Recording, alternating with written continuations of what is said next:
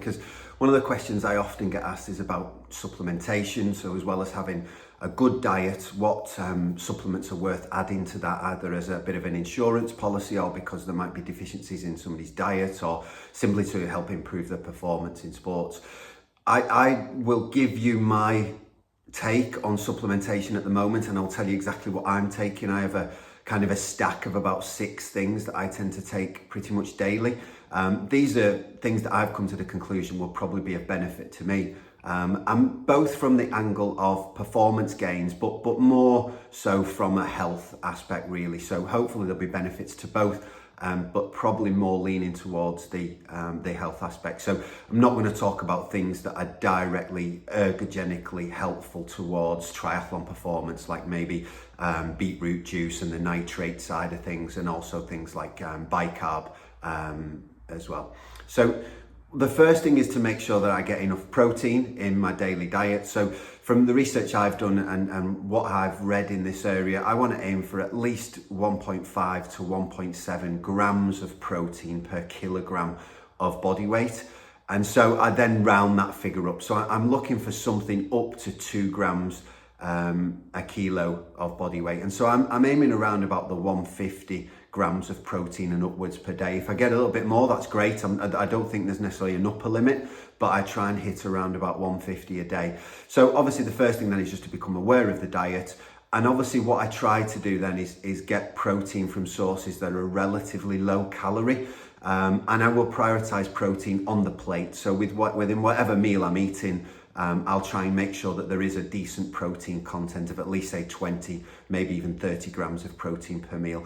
I can often still be a little bit short, and therefore I take a protein supplement. So again, I would just look for fairly simple whey protein without too many additives and flavorings and preservatives and all the other things that can be added to them. And I'll generally probably have one of those per day, occasionally 2 if my diet hasn't been so good on the protein side of things. Timing of those, I'll generally often take them straight after training or even sometimes during, particularly if I'm doing a weight session or something at the gym. Occasionally have it in the sauna afterwards and things like that. I don't think again, my research here is that the timing doesn't matter so much. If you're getting enough total protein per day, so even if you only eat 2 main meals a day, if those contain that minimum amount of about 1.7 grams of protein per kilogram of body weight per day, then the timing doesn't matter. We don't have to force it in straight after a training session. That old idea of an anabolic window, this time period where we need to get the stores replenished straight after training, isn't quite now thought of in the same way. It doesn't seem to be as true if the total amount of protein per day is adequate. And again, the other thing that was once talked about was the fact that we can only assimilate so much protein in one go. So there wasn't really any point eating more than about 20 to 30 grams of protein in one sitting. Again, that seems to be less of an issue now. And if you think about the way that we train, when we train, we break down collagen that needs to be repaired, but the breakdown of collagen and the resynthesis of it, takes up to 24 hours after. So we don't have this short acute window where we need to slam everything back in. And if we're training daily, it's likely we've got this ongoing cycle of collagen breakdown and the need to repair that and heal it. And therefore it is an ongoing thing. So I think as long as we're getting a reasonable amount of protein every day, then that's the number one building block. And that's where I would use a supplement if I know that my diet isn't quite hitting those quite high requirements on the protein side of things. So that's number one. I think that comes first in the way that I'm choosing supplementation and just to augment my diet. Number 2 is another form of amino acid, but it's not a protein, it's creatine. Creatine is made in our liver. We make about 1 gram of it per day. We get a little bit through our diet. It does tend to come in meat and fish and shellfish and things like that. So we may get another 1 gram or so just through a normal healthy diet. But this is an area where research shows that supplementing with creatine has untold effects on the muscles of our body. As you're probably aware, creatine is useful in that first 8 to 10 seconds of energy production because it can donate a phosphate group to the ATP molecule that's been depleted to ADP, but that's going into the scientific side of it. Basically, it's good for your muscles. It can help you become stronger and more powerful, particularly over short efforts. There are, largely speaking, no known side effects or considerable side effects. A lot of the ones that have been mentioned have now been disproven. And now in the health literature, it seems that the brain also takes up creatine if you dose it high enough in your diet again. And so it can be useful cognitively, so like brain power, ability to deal with stressful situations can be better. So think about even in your races and daily life when you're under stress, having more creatine available, not just to supplement the muscles, but the brain could be very, very useful. It seems incredibly useful in people post-concussion and also head injuries, and again could be protective towards dementia. So as well as thinking of it as a muscle kind of support or supplement, it can also be taken up by the brain as well. Seems that the muscles take it up first, and again the recommended dosage is just about 5 grams. That's just like 1 little scoop of that per day. To really benefit from the cognitive side and the brain protection side, it might actually be needed to go up to 20 or even 25 grams, which has been used in a lot of the literature. It now seems that therefore as a middle ground that a lot of people are increasing their 5-gram scoop to 2 of those per day. So going for that middle ground of 10 grams. And that's roughly what I'm aiming for a day. I take 1 to 2 scoops a day, depending on what I'm eating and basically how many sports drinks I make up in that day. And so again, it's between 5 and 10 grams for me per day. Obviously, if you're going to supplement and you may get drug tested, you just need to make sure that it comes from a reputable source.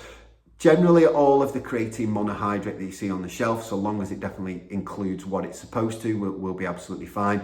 The one that's recommended the most is simply one that's sourced from a company in Germany who have trademarked the way that they obtain the creatine, and the method is called CreaPure. So if it's got CreaPure on the logo, and certainly if it's been batch tested by a third party to say that it's clean of any contaminants, then you've got a good one to go off. It's a relatively low cost supplement as well. So that would come as second on my list, is creatine. Men, women, vegans, definitely. People sort of menopausal age and older who don't have as much in the diet, maybe don't eat as much, need to maintain muscle mass from real health, for real benefits for health, then they would definitely be advised, I would say, to take it. But again, that's something that I take. Next up would be a standard multivitamin. One probably that includes the trace minerals as well, so a multivitamin and mineral supplement. Again, there are absolutely tons on the market, and it's not necessarily a case of going for the most expensive, but one that contains a broad variety of all the different vitamins and minerals that you require. That I won't give any more advice. I think it's just trying to find one that suits your budget. There are various things you can look up online as to what to look for in a good multivitamin supplement. The next one, number 4, would be omega-3 supplementation. So when you take this from either a plankton or krill source or a cod liver oil source, a fish oil source, what we're really looking for is it to contain EPA and DHA. And again, without testing your blood and knowing how much you need as an individual, which can be done, you're probably looking to try to get 1 gram of EPA and DHA per day. And that's a good starting point. And that's basically where I'm at the moment. So I've looked for a supplement online that's relatively cheap. Again, with cod liver oil particularly, you need to look at how many capsules per day you would need to take in order to work out the cost. So some of the cheaper ones, you might need to take 4 capsules a day, which obviously then works out that more expensive in the longer run. There is a way to sort of individualize that, and you can now get blood tests where you even just take a finger prick spot of blood and it looks at your omega-3 to 6 ratio. And this then you could try to titrate how good is your diet anyway, how much omega-3 do you need to supplement with. But if you don't want to go down that route, then simply just taking around about 1 gram per day is where I would start. The next thing is vitamin D3. So vitamin D generally is obviously found when our skin reacts to the UV light from the sun. Within countries that are further from the equator, obviously getting less sun in the winter times, I think it's now regarded as generally sort of advisable for everybody pretty much to supplement with vitamin D.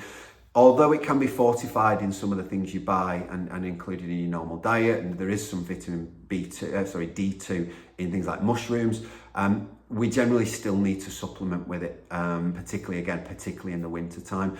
So again, here you're looking at a supplement that contains 1,000 to 2,000 milligrams a day.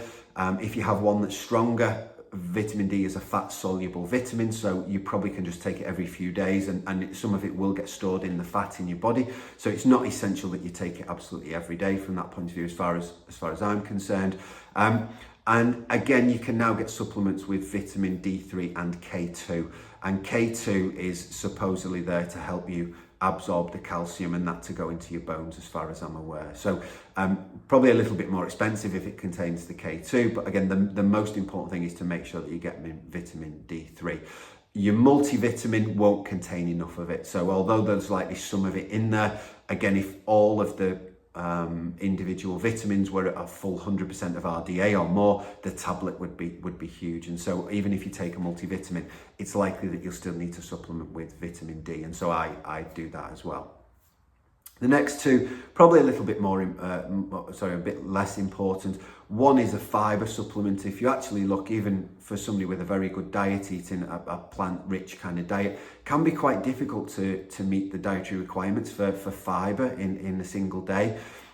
So I take most days a fibre supplement, just a mild or bland tasting powder that's mixed in with a protein shake again. So I'm using that protein shake to also get my creatine and my fibre supplementation in. And this is a 5 milligram scoop that's got prebiotic fibre, some resistant starch and polyphenols.